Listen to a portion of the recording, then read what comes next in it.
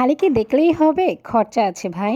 অবশ্যই ভালো খেতে হবে। তবে জিনিসগুলো যেন হয় সস্তা। আমার মা কিন্তু বুড়ি হয়ে গেছে এবং বুড়ি থেকে টুড়ি হয়ে গেছে। এটা ৩টা ৪টা ৫টা ৬টা।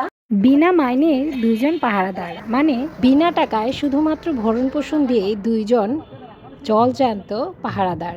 কি সুন্দর না দেখতে? এতক্ষণ এনাদের কথাই বলছিলাম। এরা দেখতেও যেমন সুন্দর, এদের কর্মদক্ষতাও তেমনই সুন্দর। একটু পরে বলছি এরা কতটা গুণী।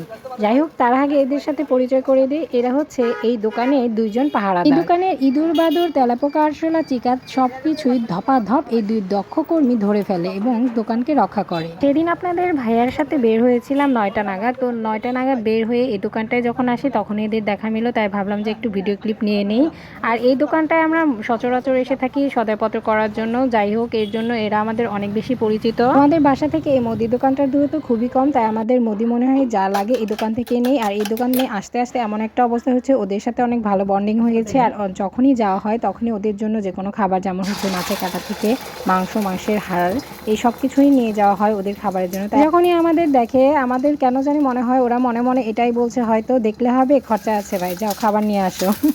আর এই দোকানে যাওয়ার আরেকটা মেন উদ্দেশ্য হচ্ছে এই দোকানদার এতটাই ভালো যে ১-২ টাকা যদি কমও থাকে, মানে ধরুন আটা বা ময়দা কিনেছি, সেটা ১-২ টাকা কম পড়েছে, সে কিন্তু নিবে না, বলবে যে না লাগবে না। এরকম কিন্তু আসলে অন্যান্য যে আশেপাশের দোকানগুলো আছে তারা কিন্তু ১ টাকা কেন, ৪ আনা পয়সাও কমে ছাড়বে না। তাছাড়া আমার বাবারও মুদি দোকান ছিল। আসলে আমরা জানি আমার বাবা প্রতিটা জিনিসে ২-৩ টাকা করে এরকম ছাড় দিত।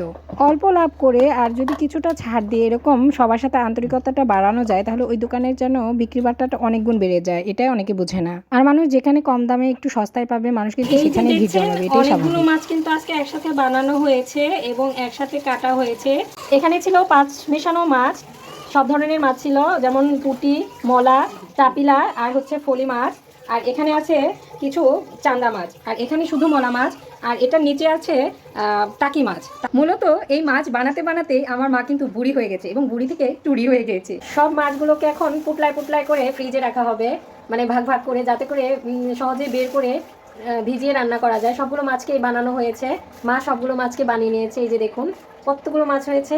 ছোট মাছ বানানো আসলে অনেক বেশি ভেজাল, এর জন্য আমি নিজে ছোট মাছ বানাই না দেখে আনতে বলি না। যেহেতু এখন মা আছে তাই আর কি মূলত এতগুলো ছোট মাছ আনা হয়েছে।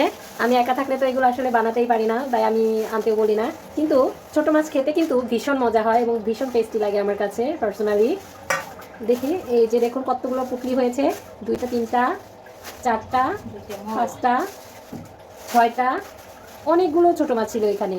আর ওই যে যেগুলো দেখছেন কাকচি আর গাবলা যেগুলো দেখলেন, ওগুলো আজকে রান্না হবে। মানে মোটামুটি আমাদের অনেক দিনকার ছোট মাছই বানিয়ে রাখা হলো।